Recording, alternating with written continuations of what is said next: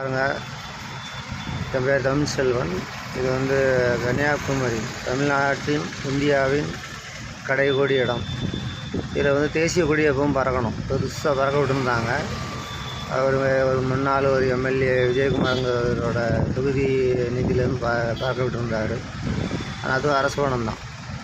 இப்போ கொஞ்ச நாள் பறக்கும், அப்புறம் இறக்கிடுவாங்க. கொஞ்ச நாள் பிறகு இறக்கிடுவாங்க. இதில் வந்து அந்த கட்சிக்காரங்களோட கொடியை ஏற்ற விட்டால் கண்டிப்பாக அழகாக பறக்கும். தேசிய கொடின்னு வரும்போதில் ஒரு அரசியல்வாதிகளுக்கும் அது சம்மந்தப்பட்ட ஒரு விசுவாசம் இல்லை. தேசிய கொடி வந்து ஓங்கி வளர்ந்தது சம்மன்னு சொல்லி பறக்கணும். அந்த கட்சி கொடி மட்டும் தெருவுக்கு பறக்குது.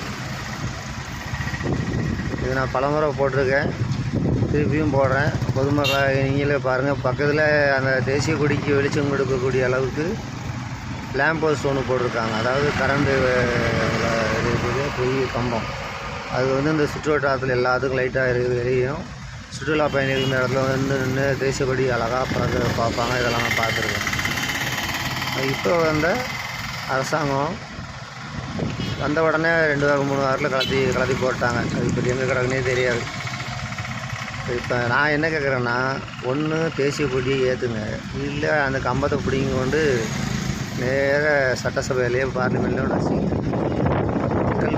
மக்களோட வரி பணத்தில் செய்யப்பட்ட இந்த கொடிக்கம்பம் மொட்டையாக நிற்கிறது அதாவது இந்திய தேசத்தை கேவலப்படுத்துகிற மாதிரி இருக்குது. இது இந்திய தேசத்துக்கு எதிரானது தான். தேசிய கொடி பறக்கிறது தானே அந்த போஸ்ட் போட்டிங்க, இப்போ ஏன் பறக்க மாட்டேங்குது? தயவுசெய்து இது சம்மந்தப்பட்ட ஆட்சியாளரோ, வட்டாட்சியரோ, தாசில்தார், எவ்வளோ அதிகாரிகள் இதில் பயணிக்கிறீங்க பாருங்கள். நீங்கள் பார்க்கும்போது தெரியும் வீடியோவில் இந்த படக்கதை எவ்வளோ வண்டி நான் ரெக்கார்ட் பண்ணுறதுக்குள்ளே போயிட்டுருக்கு பாருங்கள்.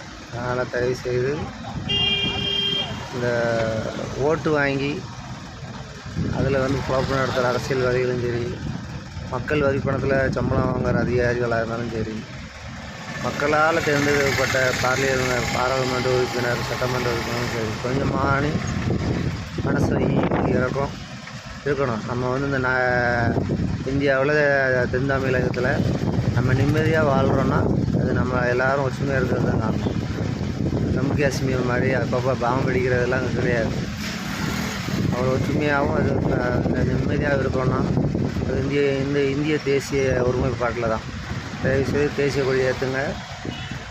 என் மனமும் குளிரும், பார்க்குறவங்களுக்கு சந்தோஷமாக இருக்கும். நன்றி, வணக்கம். நான் உங்கள் தமிழ். ஜெய் ஹிந்த். வந்தே மாதரம், வந்தே மாதரம், வந்தே மாதரம்.